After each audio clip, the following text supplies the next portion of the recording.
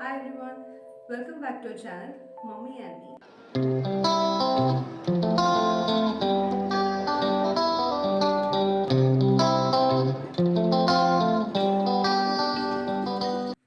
നമ്മൾ ഇന്നിവിടെ ഒരു ഈവനിങ് സ്നാക്സ് ആണ് ഉണ്ടാക്കാൻ പോകുന്നത്. കുഞ്ഞുങ്ങൾക്കൊക്കെ വളരെ എളുപ്പത്തിൽ പാരൻസിന് ഉണ്ടാക്കി കൊടുക്കാൻ പറ്റുന്ന ഒരു സ്നാക്സ് ആണിത്. ഇതിന്റെ പേര് റവ ലഡു എന്നാണ്. അപ്പോൾ നമുക്കത് എങ്ങനെയാണ് ഉണ്ടാക്കാൻ പോകുന്നതെന്ന് കാണാം.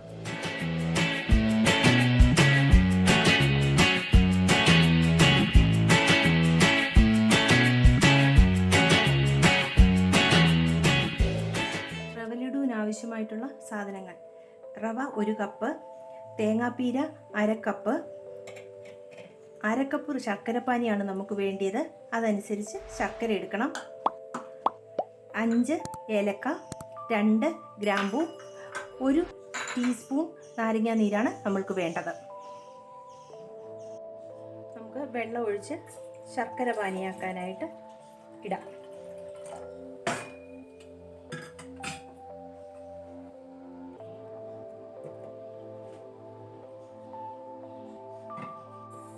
അങ്ങനെ നമ്മുടെ ശർക്കരപ്പാനി ഇവിടെ റെഡി ആയിട്ടുണ്ട്.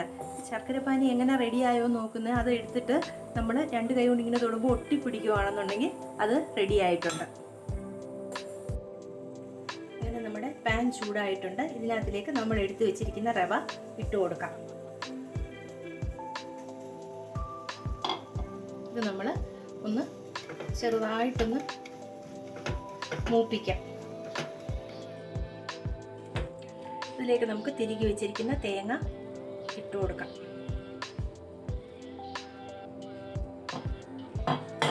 ഇത് ഒന്ന് ഇളക്കി കൊടുക്കാം.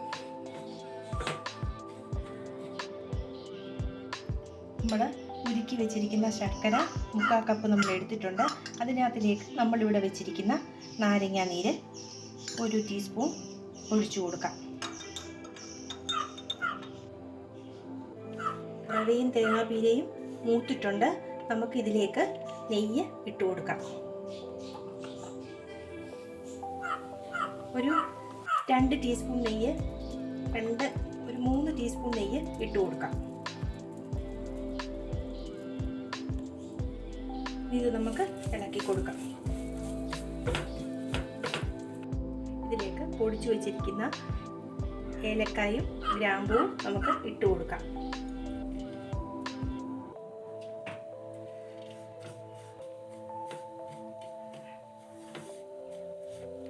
ഇനി ഇതിലേക്ക് നമുക്ക് ശർക്കര പാനിയാക്കി വെച്ചിരിക്കുന്നത് ഒഴിച്ചു കൊടുക്കാം. ഞാൻ ഈ ശർക്കര പാനിയാക്കിയത് അരിച്ചു വെച്ചേക്കുന്നതാണ്.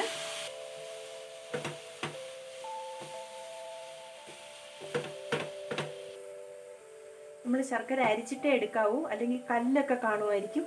അത് കാരണം ശർക്കര അരിച്ചിട്ടേ നമ്മൾ എടുക്കാവുള്ളൂ. ഇനി നമുക്ക് ഇത് തണുക്കാനായിട്ട് വയ്ക്കാം. നമുക്കിനി ഇത് ഉണ്ട പിടിക്കാം. ഇടത്തരം ചൂടും ഒത്തിരി തണുത്തു പോകരുത്. ഇടത്തരം ചൂടിൽ തന്നെ ഉണ്ട പിടിക്കണം, എന്നാലേ അത് കറക്റ്റായിട്ട് വരത്തുള്ളൂ. അല്ലെങ്കിൽ അത് പൊട്ടി പൊട്ടി പോയിക്കൊണ്ടിരിക്കും. അങ്ങനെ നമ്മുടെ റവ ലഡു ഇവിടെ റെഡി ആയിട്ടുണ്ട്. ഇത് വളരെ എളുപ്പത്തിൽ ഉണ്ടാക്കാൻ പറ്റുന്ന ഒരു സ്നാക്സ് ആണ്. ഇത് എല്ലാവരും ട്രൈ ചെയ്യണം. നിങ്ങൾക്ക് എല്ലാവർക്കും ഇഷ്ടപ്പെടുകയാണെന്നുണ്ടെങ്കിൽ ലൈക്ക് ചെയ്യണം, ഷെയർ ചെയ്യണം, സബ്സ്ക്രൈബ് ചെയ്യണം, ബെൽ ഐക്കൺ ക്ലിക്ക് ചെയ്യണം. അപ്പോൾ നമുക്ക് അടുത്ത വീഡിയോയിൽ കാണാം.